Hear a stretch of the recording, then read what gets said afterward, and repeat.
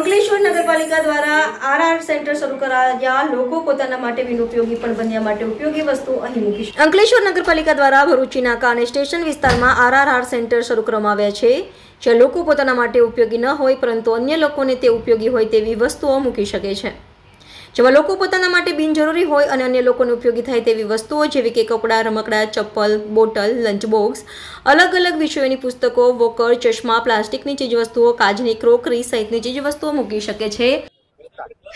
હું અંકલેશ્વરની રહેવાસી મીરા સમીર શાહ બોલું છું। અંકલેશ્વર નગરપાલિકા સંચાલિત આરઆર સેન્ટરનું ઉદ્ઘાટન કર્યું છે।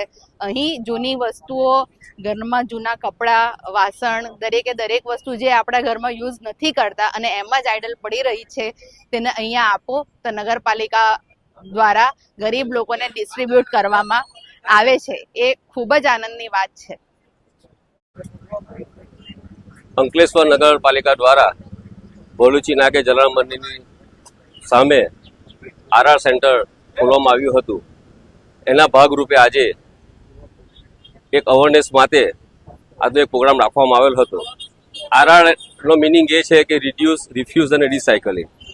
જેવી કે આપણા ઘરમાં વપરાતી જીવન જરૂરતની વસ્તુઓ, કપડાં હોય, બૂટ હોય, ચંપલ હોય, બહેનોના સાડી હોય, બહેનોના કટલરી સામાન હોય, બુક્સ હોય, નોટબુક્સ હોય, જેવી વસ્તુઓ આપણે વાર તહેવારના દિવસે આપણે બહાર નાખી દેતા હોય છે, ક્યાં કોઈને આપી દેતા હોય છે।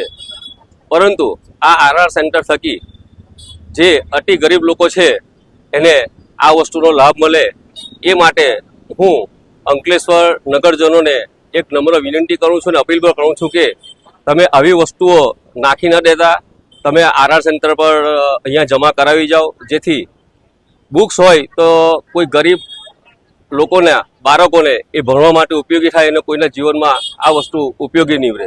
બીજી જીવન જરૂરિયાતની વસ્તુઓ છે, કપડાં હોય, વિવિધ વસ્તુઓ છે તે તમે અહીંયા આપી જાઓ તો જે અતિ ગરીબી રેખા હેઠળ જીવતા લોકો છે એને આનો લાભ મળે અને એ લોકો એનો ઉપયોગ કરી શકે। માટે ફરીથી હું અંકલેશ્વરની જનતાને એક નમ્ર અપીલ કરું છું અને વિનંતી કરું છું કે આવી વસ્તુ આપણે નાખી ન લેતા, અહીંયા આરઆર સેન્ટર પર જમા કરાવો જેથી કોઈને એનો લાભ મળે।